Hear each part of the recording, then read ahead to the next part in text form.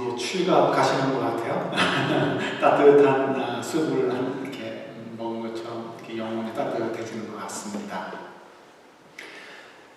남녀 간의 사랑을 합니다. 사랑을 하는데 그 사랑의 언어가 다르기 때문에 종종 서로 이제 복잡해지기도 합니다. 아주 오래전에 지나가면서 보았던 이렇게 장면이 있습니다. 그래서 어떤 프로그램이었는지 누가 나왔었는지 누가 한 말인지는 기억이 나지 않습니다. 그런데 이제 그 중요했던 내용은 조금 기억이 납니다. 제 기억으로는 그런 것 같습니다. 몇몇 연예인들이 앉아가지고 이렇게 서로 이렇게 이제 이야기를 나누는 토크쇼였던 것 같습니다. 그때 결혼을 앞두고 있는 남자 연예인이 있었습니다. 그 연예인에게 이제 다른 패널들이 이제 뭐 결혼 준비 잘 되느냐, 뭐 이렇게 결혼 준비하면서 싸우지 않느냐, 뭐 이런저런 이야기를 합니다. 그러다가 어떤 한 패널이 남자분인지 이제 결혼하게 되면 싸우게 되면 와이프가 각서 써 이렇게 할 때도 많이 있다라고 얘기를 합니다. 그 말을 듣는 순간 다른 이미 기혼자죠. 기혼자인 남성 연예인이 그렇게 이야기를 합니다. 각서 써라고 하면 군소리도 하지 말고 그냥 써주래요. 그리고 그냥 지나가라는 거죠. 그게 다 추억이 되고 나중에 가면 책으로 만들어도 재미있다 이렇게 얘기를 합니다. 그랬더니 제가 이제 기억에 남는 건 그 다음에 했던 이야기입니다. 한 여자 패널이, 그분도 연예인이죠. 그분이 바로 이야기를 합니다. 와이프가, 여자가 남자친구보다 남편에게 각서 써 할 때는 그 문제, 지금 싸우고 있는 문제는 더 이상 이제 싸우지 않고 끝냈으면 좋겠다는 의미라고 합니다. 맞습니까? 남자들은 이해가 되지 않는데 각서를 쓰면 이게 법적인 문제가 되는 거 아닌가 하면 머리가 복잡한데요. 여자분들은 그런 게 아니고 이제 이 문제 가지고는 더 싸우지 말자, 끝내자, 이제 여기서 스탑하자라는 의미라는 거죠. 그러니까 사실은 이 각서들을 꼭 지키느냐 지키지 않느냐 이게 중요한 게 아니고 일단 여기서 싸움 스탑, 그리고 이제 새롭게 또 좀 분위기를 전환하자 이런 의미를 갖는다고 합니다. 그래서 그런지 그죠? 각서를 쓰는 분들이 많이 있는지 모르겠는데 각서를 쓴다고 해서 그렇게 꼭 지키지도 않고요. 여자분들의 경우도 남자분이 각서를 써준다고 해서 이대로 꼭 되겠나 그런 마음도 사실은 갖고 있습니다. 사랑이라는 것, 언어가 서로 다르는 거죠. 언어가 다르지만 서로 사랑하고 싶은 것이고 또 그 사랑을 지키고 싶은 것이다 라는 것을 저희들이 이해할 수 있습니다. 그런데 문제는 이 마음이 다른 곳에도 가져오게 되면 곤란할 때가 있는 거죠. 신앙도 결국은 사랑입니다. 다른 거 아니죠. 사랑이죠. 하나님과 우리와의 사랑의 관계이고 그 사랑을 지키는 것, 그것이 신앙입니다. 하나님께서 우리에게 말씀을 왜 주십니까? 너희들 내 밑으로 들어왔으니까 내 뜻대로 살아야지, 이런 의미가 아니죠. 어떻게 하면 하나님과 사랑할 수 있을까? 사랑의 법칙을 알려주시는 거죠. 하나님과 사랑을 하게 될 때 우리가 하나님의 사랑을 풍성하게 누릴 수 있기 때문에 그렇습니다. 남녀가 만나서 사랑을 할 때 서로 합의점을 이루어가고 서로 사랑하는 것을 배워가면서 그 사랑이 깊어지는 것과 마찬가지죠. 그런데 하나님께서 우리에게 더 깊은 사랑, 우리에게 더 생명을 이렇게 북돋워주고 하나님의 은혜와 사랑을 풍성하게 누릴 수 있도록 하기 위해서 말씀을 주셨어요. 그런데 저희들도 모르게 익숙해져 있는 게 있는 거죠. 마치 남녀간의 사랑 속에서 각서 써. 그러나 그것은 싸움 끝, 뭐 꼭 지키고 안 지키고의 문제는 아니지, 이렇게 되는 것처럼요.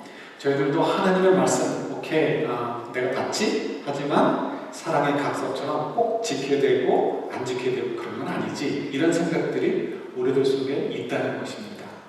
그래서 우리 저희들도 모르게 꼭 지켜야 되는 것도 있지만 꼭 안 지켜도 되는 것도 있어 라고 생각을 하는 거죠. 그 밑바닥에는 믿음으로 구원받지 행위로 구원을 받나, 이런 생각도 있고요. 이제 악해서 그런 것들을 교묘하게 이용하는 거죠. 그러나 우리가 거듭 확인했지만 구원에 이르게 하는 그런 믿음이라면 절대로 그렇게 하나님을 가지고 속일 수 없고요, 장난질할 수 없습니다. 그죠? 그런 내용들이 사실 오늘 본문의 내용이기도 합니다. 오늘 본문의 내용은 왕이 잔치를 배설했습니다. 왕이 잔치를 배설하고 손님들을 초청을 했습니다. 그런데 손님들이 오질 않네요.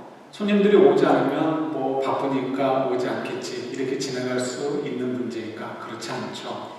여기 나오는 내용들을 보면 우리 앞부분이지만 다 이유들이 있습니다. 뭐 이렇게 가서 직장 나가야 되고 또 돌봐야 될 가족들도 있고 그러니까 내 파리에 갈 수 없습니다. 얼마든지 우리가 이해할 만한 내용이 될 수 있습니다. 그러나 왕이 화를 내고 그들을 벌합니다. 이유가 뭘까요? 이때 당시에 왕의 초대를 응하지 않는다는 것은 뭘 의미할까요? 왕한테 충성할 마음이 없습니다라는 것을 표현하는 것입니다. 나아가서 왕 앞에 내가 당신에 대해서 뭔가 웅큼한 생각, 컴컴한 생각을 가지고 있습니다라는 것을 은연중에 드러내는 것이 될 수밖에 없습니다. 그래서 왕이 초청했는데 안 간다, 이거는 목을 걸어야 되는 상황이 되는 거죠. 그래서 지금 왕이 화가 나서 그래 너희들 그러면 내가 너희들 벌할 거야, 벌을 주죠. 그리고 대신 다른 사람들을 초청해서 그 잔치 자리를 채웁니다. 이 잔치 자리를 채우게 될 때 이제 사람들이 와서 잔치를 누리게 되는 거죠. 왕이 그 잔치 장소를 거니는데 보니까 누구의 눈에 띄는 한 사람이 있습니다. 그 사람이 누구였을까요? 다른 게 아니고 예복을 입지 않은 사람이었습니다. 자, 그래서 보면 친구여라고 본문 속에 나온 거죠. 친구여라는 그 의미가 뭘까요? 여러분, 인간이라는 단어가 있습니다. 인간이라는 것은 휴먼 빙이죠. 휴먼 빙, 휴먼이라는 것은 동물과는 다르다. 그 동물과 구별해서 좀 좋게 표현하는 존재를 얘기할 때, 그러니까 우리 스스로를 얘기할 때, 사람이란 존재를 얘기할 때 인간이다, 휴먼이다, 휴먼 비잉이다라고 이야기를 합니다. 같은 인간이라는 단어지만 이 인간아 그러면 어떤 의미입니까? 그런 존중의 의미가 없는 거죠. 네가 짐승보다 나을 게 뭐냐 이런 것이 조금 농담 반 진담 반으로 들어가 있습니다. 마찬가지로 친구도 마찬가지입니다. 친구란 굉장히 좋은 의미입니다. 아주 가깝고 신뢰할 수 있는 그런 의미, 대상이 친구가 될 수 있죠. 그래서 감사하게도 예수님께서는 우리들에게 친구다라고 얘기를 해주시기도 합니다. 그런데 이 친구라는 단어가 항상 그런 의미만 있는 것이 아니죠. 우리가 사회 속에서 생활하다 보면 그런 경우가 있지만 친구야 할 때 그런 의미가 아니고 이 인간아 라는 의미로 사용될 때가 종종 있습니다. 누구한테 그런 친구야라고 할 때 그런 의미가 될까요? 처음 보는 사람 혹은 이름도 몰라요. 잘 알지 못해요. 그런데 너무 딱딱하게 부르지는 않지만 좀 부드럽게 부르는 것 같지만 그 속에서는 뭐예요? 존중이 없고 조금 뭐 조롱 섞인 의미를 가지고 할 때 친구야라고 부르기도 합니다. 마태복음에도 친구야라고 예수님께서 부르시는 경우가 3번 나옵니다. 이 3번의 경우 같은 경우 2번은 여기에 해당되고요. 한 번 같은 경우는 마태복음 26장 50절에 나오는데 가룟 유다에게 그렇게 부릅니다. 친구요. 근데 이때 친구는 얼굴을 알고 이름도 알고 너 잘 알지만 그때는 뭘 의미하는 거예요? 조롱이 섞인 거죠. 존중보다는 조롱이 섞인 것입니다. 그래서 마태복음에 나오는 3번 전부 다 뭘 이렇게 갖고 얘기하냐면 그 상대방이 가지고 있는 허물을 책망할 때, 이야기를 할 때 친구여라고 부르면서 이야기를 하시는 것을 보게 됩니다. 오늘 본문 속에서도 친구여라는 것도 동일한 거예요. 친구여라고 부르는데 친구라고 부르는 그 내용 속에는 바로 그런 것을 이제 담고 있는 거죠. 이 허물이 있는 인간아, 너 이게 뭐냐라는 이제 뉘앙스를 가지고 이야기를 하는 것입니다. 그때 이제 뭐라고 얘기하시죠? 뭐가 문제입니까? 왕이 배설한 잔치에 왔으면 왕의 잔치에 합당한 의복을 갖춰야 되는 거죠. 주최 측에서 준비한 예복을 입든지 아니면 깨끗한 옷을 입고 와야 됩니다. 그러나 옛날에 가난했던 시대에는 겉옷이라는 것이 뭐 여러 개 있지 않죠. 하나 가지고 어떻게 보면 평생 살아야 됩니다. 그런 의미에서 옷밖에 없으면 어떻게 될까요? 그 옷을 깨끗이 빨아가지고 입고 나와야 되는 거죠. 적어도 그 정도의 예의는 갖추는 것. 그것이 왜 필요하죠? 왕에 대한 존중이고 존경이 하는 마음을 표현하는 것이기 때문에 그렇습니다. 잔치에 가서 맛있는 거 먹고 가야지 이것만 생각하는 게 아니죠. 잔치에 왔을 때는 잔치를 배설한 사람의 그 마음을 이해해주고 그를 존중해주고 경외해주는 것, 이것이 기본 상식이 되는 거죠.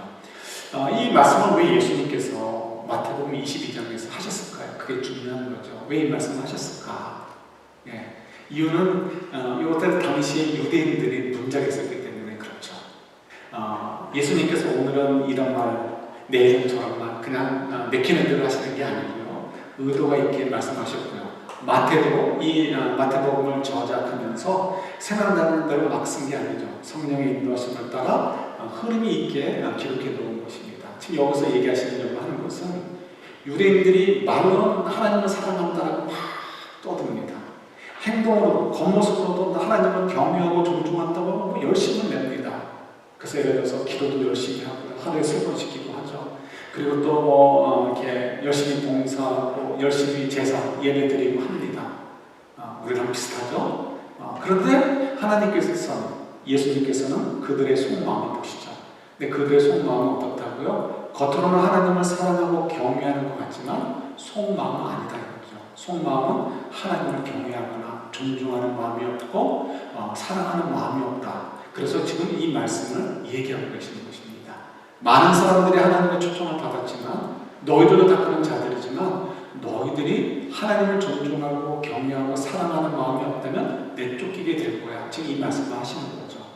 예수님께서 이렇게 말씀하시는 것을 우리가 동의할 수 있어야 되겠죠. 정말 예수님께서 이렇게 말씀하시는 거가 그렇기 때문이구나라고 우리가 어그리할 수 있는 부분이 있을 겁니다. 정말 그랬을까? 그런 뉘앙스로 말씀하셨을까? 그런 의미로 말씀하셨을까? 그럴 때는 우리가 의심이 될 때는 어떻게 하면 됩니까? 질문을 던져놓고 저는 문맥을 보면 되는 거예요.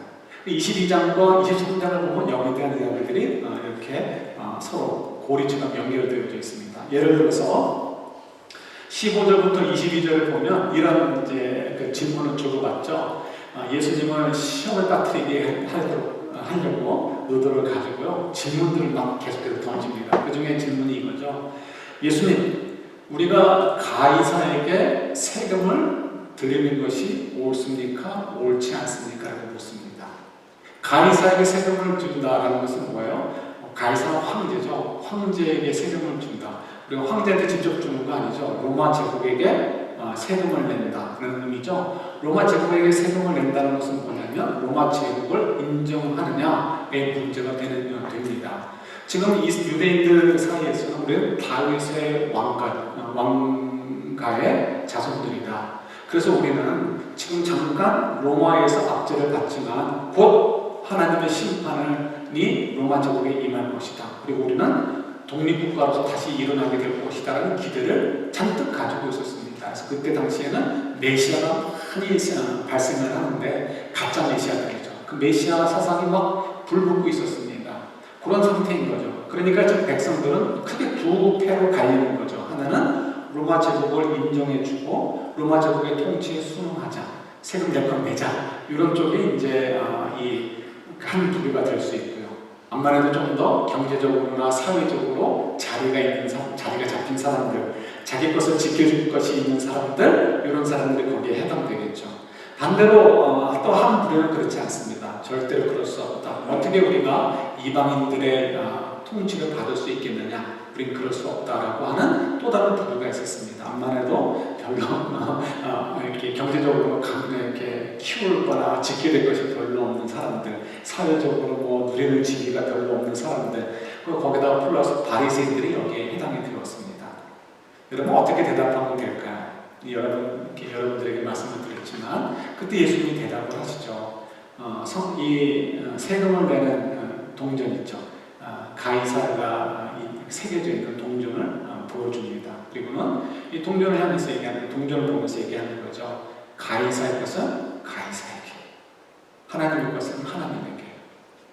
그러니까 가이사의 것은 가이사에게, 이건 별로 중요하지 않습니다. 왜 동전을 보여주셨을까요? 동전에 가이사의 형상이 그려져 있죠. 그러니까 그 안에서의 제도 속에서 줄 건 주라, 이런 의미가 담겨져 사실은 있겠죠. 그러나 그것에 포커스가 있는 것이 아니고 정말 중요한 부분은 어때요? 하나님의 것은 하나님에게입니다. 하나님의 이 대치가 되겠죠? 서로 비교가 되는 거죠. 가이사의 형상, 가이사의 것. 그럼 하나님의 형상은 하나님의 것. 하나님의 형상은 어디 있어요? 바로 우리들인 거죠. 유대인들인 거죠.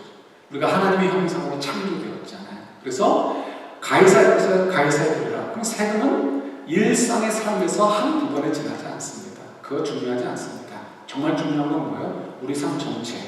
우리 삶 전체를 하나님께 온전히 드려야 된다는 것을 얘기하는 거죠. 지금 이 사람들의 질문은 뭐예요? 우리가 흔히 얘기하는 이원론적인 세계관입니다. 신앙은 신앙이고 세상은 세상이다. 이거 구별해야 된다. 이런 것이죠. 이원론적인 세상인 거죠. 생각인 거죠. 그렇지 않죠. 하나님의 말씀이, 하나님의 통치가 이루어지지 않는 것이 어디 있겠습니까? 우리는 다 하나님의 뜻대로 하나님의 통치에 순응해서 이 세상 속에서도 삶을 살아야 되는 거죠. 그래서 지금 이 유대인들이 또 이 바리새인이나 이런 서기관들이나 사두개인들이 질문을 던지는 이유는 자기 입장에서 나는 이 부분은 열심히 지키지만 이 부분은 안 지키고 있어요. 근데 이것은 합당한 것 아닙니까? 그러니까 자기 스스로 자기의 어떤 그 변명을 만들고 그 변명에 대해서 인정을 받으려는 의도도 숨겨져 있다는 것, 밑에 깔려 있다는 것을 저희들이 보게 됩니다. 근데 예수님께서는 아니다라고 말씀하시는 거예요. 또 이렇게 그 다음 나오는 거 23절부터 33절까지 보면요, 이런 이야기가 나옵니다. 부활에 대한 논쟁, 그러니까 부활을 믿지 않는 사두개인들이 하는 질문들인 거죠. 7명의 형제가 있었습니다. 첫째 형이 장가를 갔습니다. 결혼했는데 아내를 얻었습니다. 근데 불행하게도 아들을 낳지 못하고 형이 죽게 되었습니다. 그러면 그 다음에 어떻게 되죠? 당시에는 형수 취수 제도라는 것이 있어가지고요, 형이 아들을 낳지 못하고, 그러니까 재산을 상속받을 아들이 있지 않은 상태에서 먼저 죽게 되면 그 형수를 취해가지고 함께 살면서 형수를 통해서 아들을 낳아서 그 아들이 형의 이름과 재산을 이렇게 다음 제너레이션으로 이어갈 수 있도록 하는 제도가 있었습니다. 그래서 둘째가 그렇게 했습니다. 그런데 둘째도 아들을 낳지 못하고 죽었습니다. 셋째도 넷째도, 그래서 7째까지 됐다는 거죠. 그래서 질문이 뭐예요? 천국에 갔는데 부활을 했다면 지금 이 여인은 7명과 함께 살았는데 누구의 아내가 될 것입니까? 라고 묻는 것입니다. 이거는 이걸 가지고 따지자는 게 아니고요, 뭘 얘기하는 거예요? 이건 있을 수 없는 일이라는 거죠.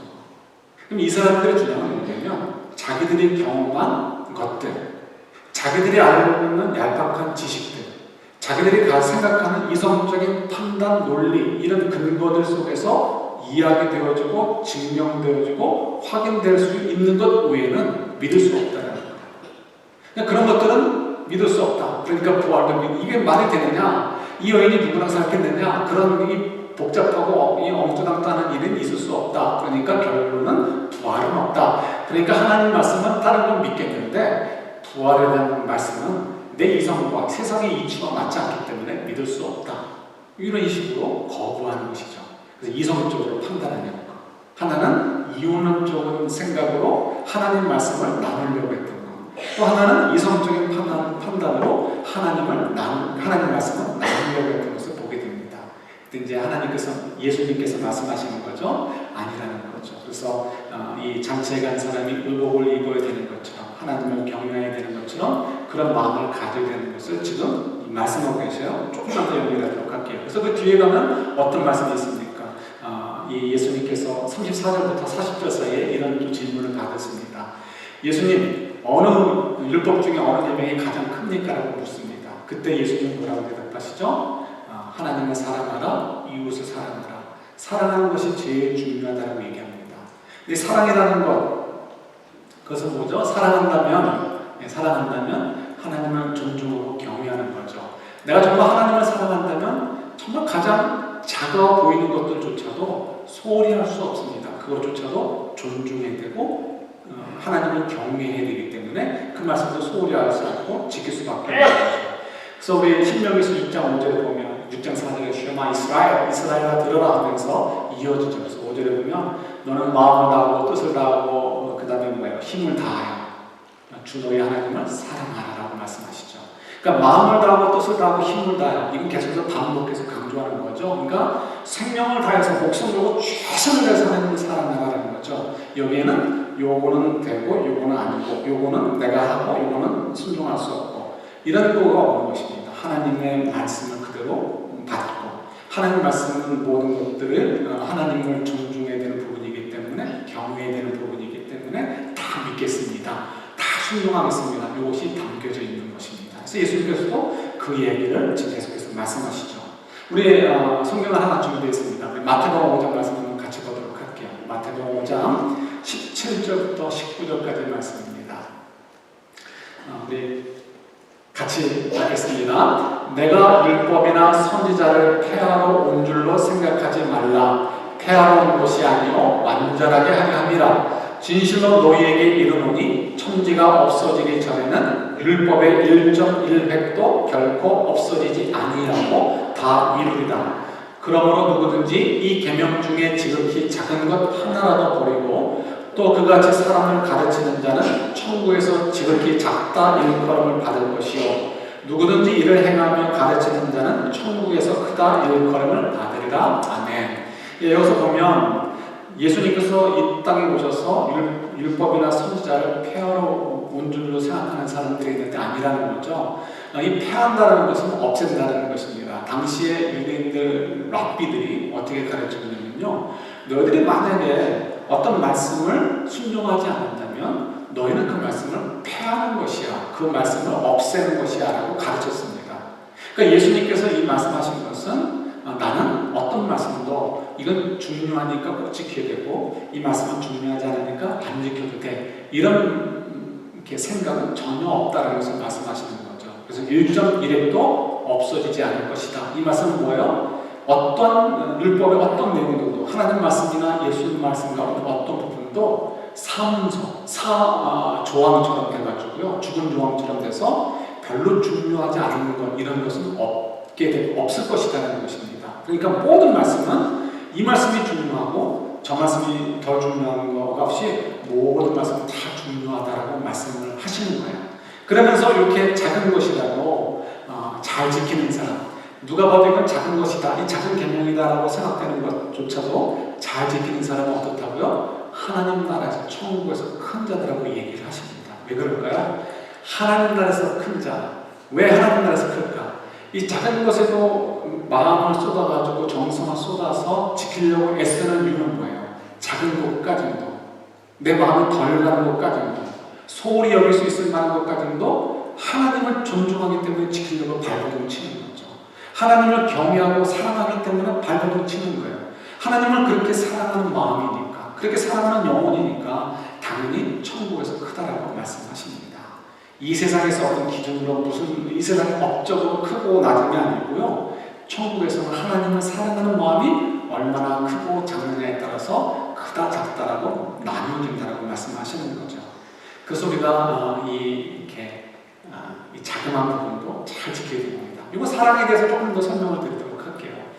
사랑을 한다는 것은 이제 언어가 서로 다르기 때문에, 남성과 여성의 언어가 서로 다르기 때문에 이게 좀 어려워요. 때로는 복잡해지기도 합니다. 굉장히 심플한 문제인데, 그런데 뭐 이게 대놓고 이건 아니지 않은 것 아닌가라는 것이 있을 수도 있습니다. 그럴 때 어떻게 됩니까? 서로 존중해 줘야 되는 거죠. 서로 존중하게 해줄 때 내 입장에서, 내 위치에서만 다다다다 떠들고 끝나는 것도 아니고요. 그리고 그 속에서만 나 상처받았네 이런 소리 하지 않고요. 상대방을 존중하고 상대방을 진짜 사랑한다면 상대방의 입장에서 좀 더 이해해 주려고 하고, 또 그것을 좀 함께 공유하기 위해서 애를 쓰는 것, 이게 너무나 당연한 것이죠. 저희 교회가 여러 해 전에 몇 년 동안 베이 지역에 있는 도메스틱 바이올런스, 이 가정폭력 희생자들, 피해자들을 돕는 일을 좀 했습니다. 조그만 부분이지만 그때 그 일을 담당하시는 분들에게 들은 이야기입니다. 믿을 수 없는 얘기죠. 그 통계도 굉장히 높았습니다. 몇십 %였던 것 같아요. 그래서 야, 이게 진짜인가? 라고 질문을 했던 적이 있습니다. 이런 내용이었죠. 베이에어리에서 가장 잘 사는 동네 중에 하나를 꼽으라면 머린카운티입니다. 이 머린카운티에는 백인들이 주로 살고요. 그래서 우리 자녀들이 그쪽에 학교 나온 아이들도 있는데 전부 그냥 화이트고, 그 중에 한두 명 마이너리티가 있으니까 정말 굉장히 아주 그냥 어려운 상황들을 경험하게 되기도 하죠. 어쨌든 이 백인 사회인데 암만 해도 그만큼 집값도 비싸고, 비싸다는 얘기는 뭐예요? 수입이 많은 거죠. 그리고 학력이 높습니다. 그런데 놀랍게도 그 머린카운티에 있는 백인 여성들 가운데 많은 수가 10단위였어요. 10몇 프로, 20몇 프로인지 그 많은 숫자가 이 맞으면서 산다는 거예요. 그 말이 됩니까? 영어를 말할 줄 모르는 사람도 아니고 시민권이 없는 사람도 아니고 공부를 안 해서 먹고 살 것을 걱정할 사람도 아닌데 그럼에도 불구하고 남자들한테 맞고 산다는 거예요. 이유가 뭔가 아주 심플하게 대답을 하시더라고요. 그들이 맞으면서도 이혼하지 않고 집을 나가지 않는 이유가 뭐냐면 남편들이 돈을 너무 많이 번대요. 남편들이 돈이 너무 엄청 많으니까 죄송한 표현으로 몇 대 때리고 그리고 그냥 돈도 왕창 풀어주고 그럼 그거 가지고 나가서 돈 쓰는 재미 좋은 차 타고 또 좋은 음식 먹고 좋은 호텔 가서 사람들 만나고 하는 그런 멋부리는 것 때문에 그래서 이혼 안 하고 그냥 맞으면서 산다는 것입니다. 여러분 어떻게 생각하세요? 우리가 생각할 때 이건 사랑 같지는 않습니다. 그러나 그 남자 입장에서는 병든 마음이지만 그는 어쩌면 그게 사랑이라고 생각하겠죠.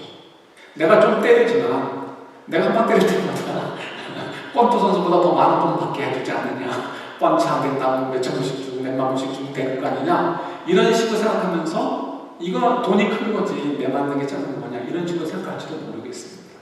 매를 맞는 사람들도 그러면서 삶게 사는 분들도 내가 몇 대 맞고 그거 그냥 내가 참고 살면 내가 정말 뭐 돈 걱정하지 않고 살 수 있는데 그러니까 우리가 생각할 수 있는 건 상상 바뀌겠죠.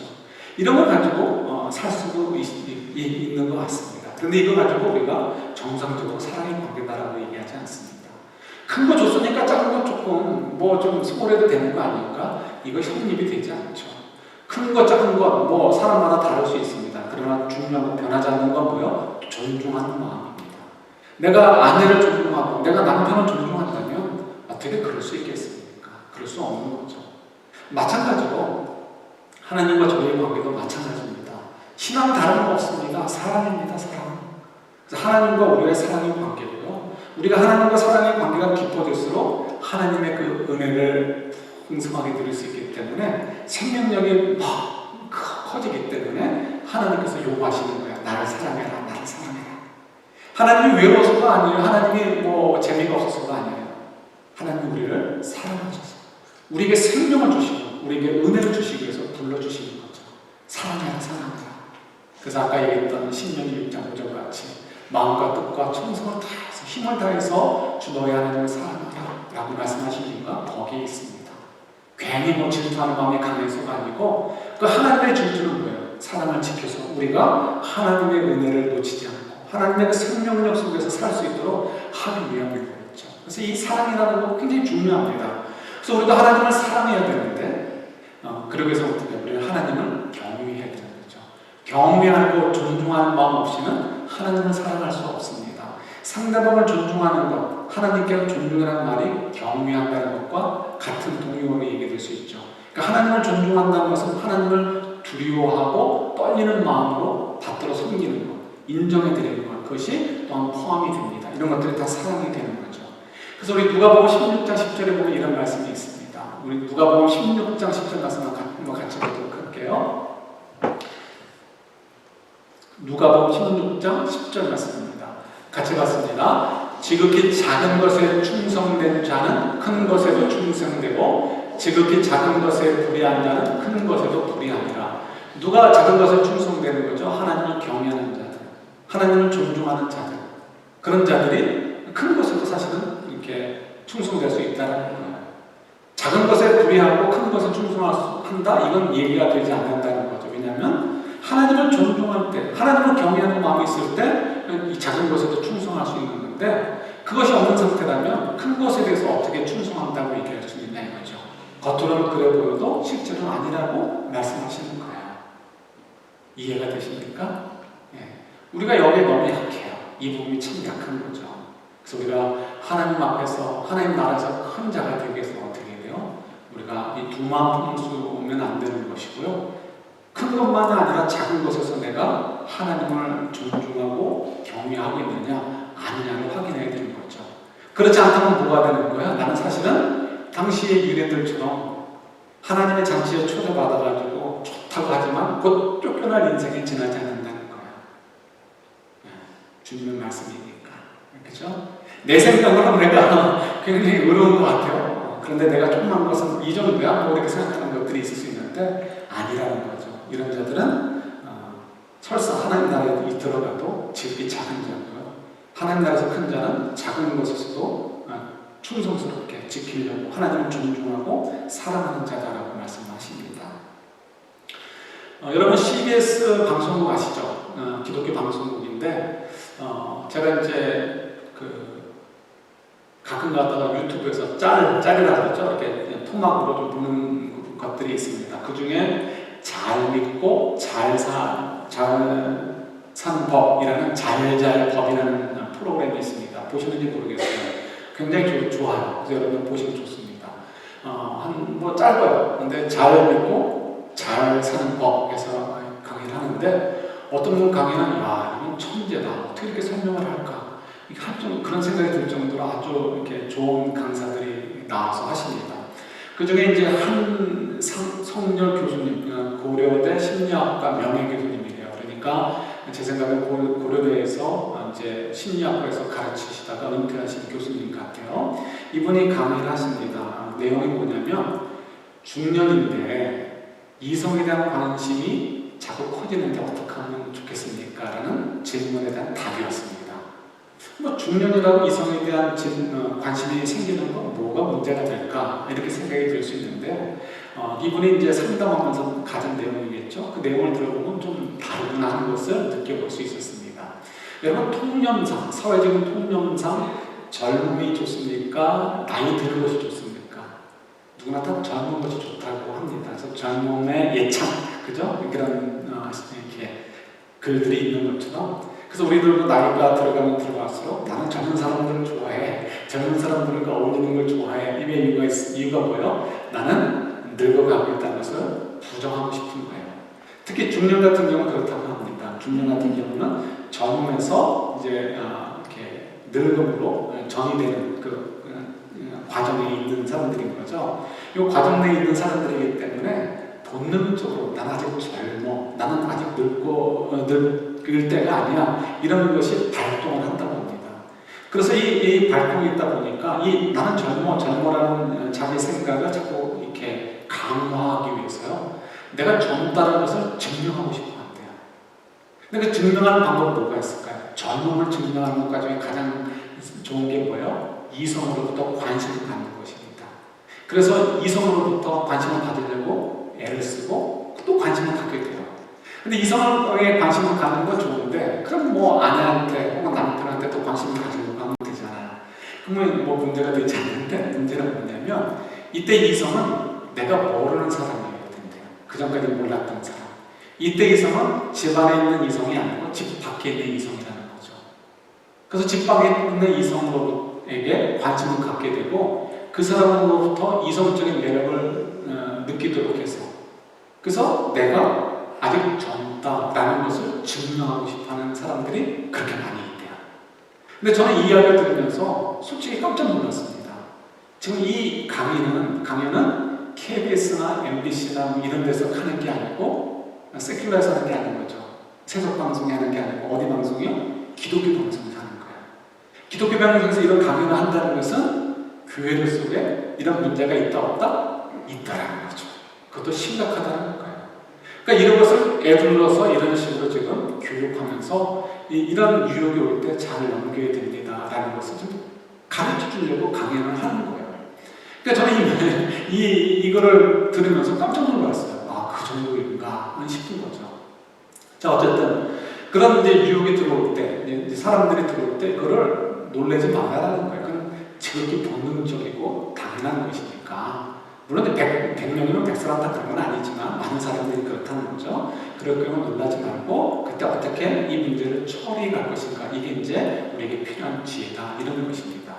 그런데 그런 유혹이 올 때 이렇게 사람들이 반응을 할 때 가장 적은 반응이 뭘까요? 자기가 그냥 원하는 욕구대로 앞뒤 생각하지 않고 그냥 불질러 버리는 것입니다. 이를 그냥 벌려버리는 거죠. 그렇게 되면 가족들에게 상처를 주고 자기 마음도 아프고 하기 때문에 결국은 해피엔딩이 되기가 어렵다고 합니다. 해피엔딩이 안 된대요. 그분의 말씀대로는. 그러면서 이제 그거 같은 경우는 가장 아주 저급한 방법이고요. 두 번째 방법은 그냥 모스트 기독교인들, 가장 많은 기독교인들이 이제 하는 이제 방식이라고 합니다. 타입이라고 하는 거죠. 어떤 거냐면 이런 것입니다.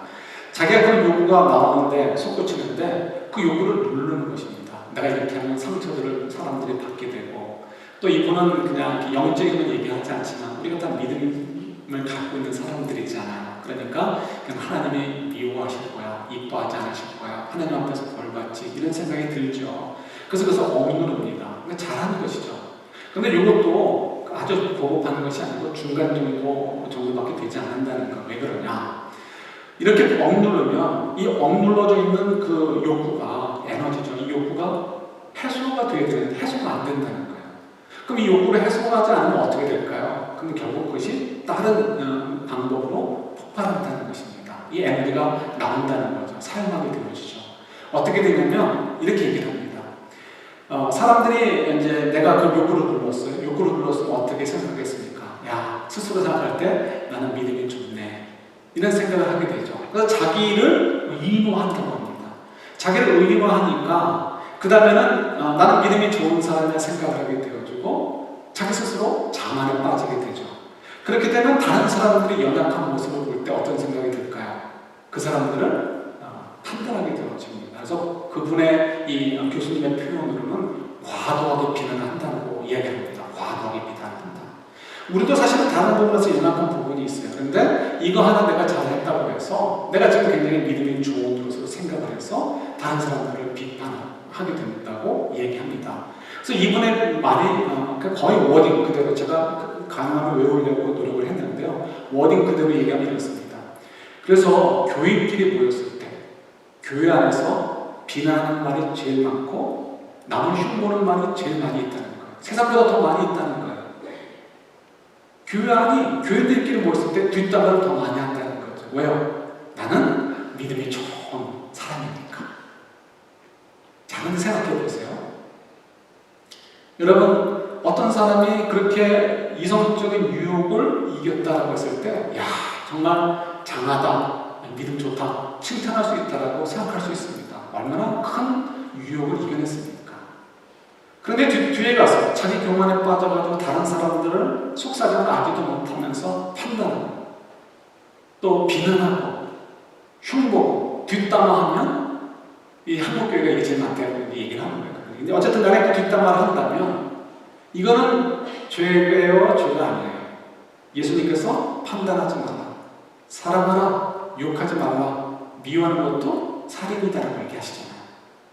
그러면 이건 크니까 꼭 지켜야 되고 이건 작으니까 안 지켜도 돼. 이건 누구 생각인 거예요? 그렇게 생각하는 사람의 자기 착각에 지나지 않는 거예요. 그죠? 모든 말씀은 다 중요하다는 거예요. 이게 이제 우리에게 하나님께서, 우리 주님께서 알고 싶고 전하고 싶은 내용이 되는 것입니다. 어떤 것이 크고 어떤 것이 작고 이런 거 없다는 것이죠. 모든 것이 다 똑같아요. 왜요? 큰 일이나 작은 일이나 다 하나님을 존중하고 경외하고 사랑하기 때문에 저희들이 순종하고 지키는 것이기 때문에 그렇습니다. 그럼 어떻게 될까요? 우리가 이 한 주간 또 2020년이 한 해 동안 살면서 어떻게 하면 하나님 나라에서 큰 사람이 될 수 있을까요? 어떻게 하면 그런 사람이 되기 위해서 2010년 이 한 해 동안에도 인생을 헛살지 않고요, 인생의 정말 진정한 의미의 가치를 부여하고 그 가치를 이루어가도록 하고 해서 살 수 있을까요? 다른 거 없죠? 내 스스로 작다라고 여기고 있었던 것들에 대해서 관심을 갖는 것입니다. 내 스스로 크다라고 생각하는 것들은 이미 여러분들이 다 잘하고 계시는 거예요. 그리고 거기에 대해서는 여러분들이 본능적으로 더 신경을 많이 쓸 것입니다. 그러니까 잘 싸우실 거예요. 문제는 지금 예수님께서도 지적하고 싶은 것이 그것이기도 해요. 우리 마음속에 우리도 모르게 이거 이 정도는 뭐 아무것도 아니지 라고 얘기하는 것들, 그런 것들을 찾아보시라는 거예요. 왜요? 그것이 아무것도 아닌 것처럼 느껴질지라도 주님 앞에서는 아무것도 아닌 것이 아니라는 거예요. 어느 것도 소중한 것이 하지 않은 것이 없다라는 거죠. 1.1회, 이 1점이라는 것은요, 여러분 이렇게 쉼표 있죠, 쉼표 하나, 쉼표, 따옴표 말고 쉼표 하나, 그거로 모양이 있는데 그 요드예요. 히브리 말로 요드인데 그런 거. 좀 하나. 또 1획이라고 해서 아마 마도를 얘기하는 것 같아요. 이 이제 이렇게 기억자보다 위가 짧고 머리가 짧고 이렇게 생긴 건데 그런 획 하나도 없어지지 않을 거라는 거예요. 그만큼 필기를 하다 보면 그냥 쉽게 들어갈 수 있는 점이나 선 같은 것조차도 없어지지 않을 정도로 모든 하나님 말씀은 어떤 것도 없어지지 않을 거다. 그 얘기는 뭐라고요? 어떤 말씀도 가볍게 여길 것이나 혹은 사문화되거나 안 지켜도 오케이라는 것은 없다라고 말씀하고 계시는 거예요.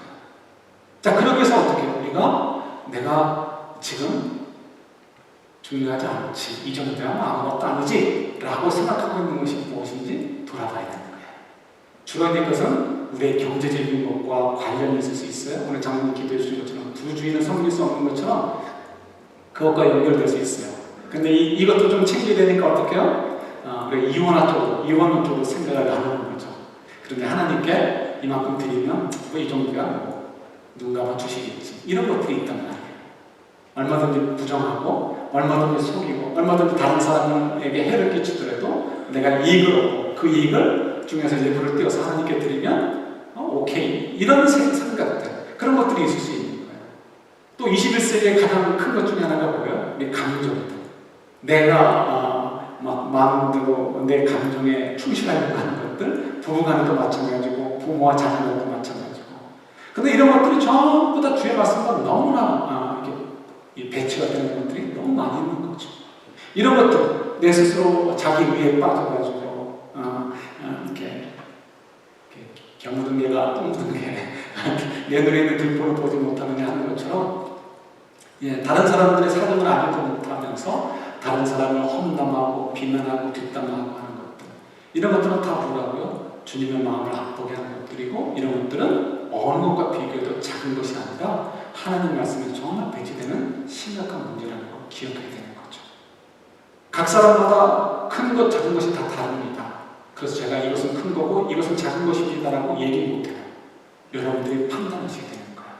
성령의 인도하심을 구하시면서 어떻게 하면 내가 이 한 주가, 또 어떻게 하면 2020년 내가 인생 헛살지 않고 하나님께서 잘하였도다 충성된 종아라고 칭찬하시면서 너 정말 하나님 나라에서 큰 자라고 인정받을 수 있는 삶을 살 수 있을까? 이게 좀 우리 마음속으로 다가왔으면 좋겠습니다. 난 믿음으로 구원받으니까 나 그딴 거 신경 안 써. 이런 건 다 사단이 쓰는 속임수이거나 우리의 무기예요. 절대 그럴 수 없습니다. 하나님과 우리는 인격적인 관계예요. 성령께서 계속 우리에게 말씀하시고 우리를 인도해 주십니다. 우리가 덮고 그냥 넘어갈 수 있는 문제가 아니에요. 그래서 2020년 우리가 또 시작하면서 이 한 해 우리가 어떻게든 하나님 안에서 쫓겨나지 않고 하나님 안에서 정말 큰 자라고 칭찬받을 수 있도록요. 우리 한 가지만 하자. 한 점만 보자는 거죠. 내가 지금 중요하게 여기지 않는 것이 무엇일까? 그것을 돌아보고 그것을 회복해야 하는, 그래서 이 한 해가 하나님께 칭찬받을 수 있는 저희들이 될 수 있기를 우리 주님의 이름으로 축원합니다.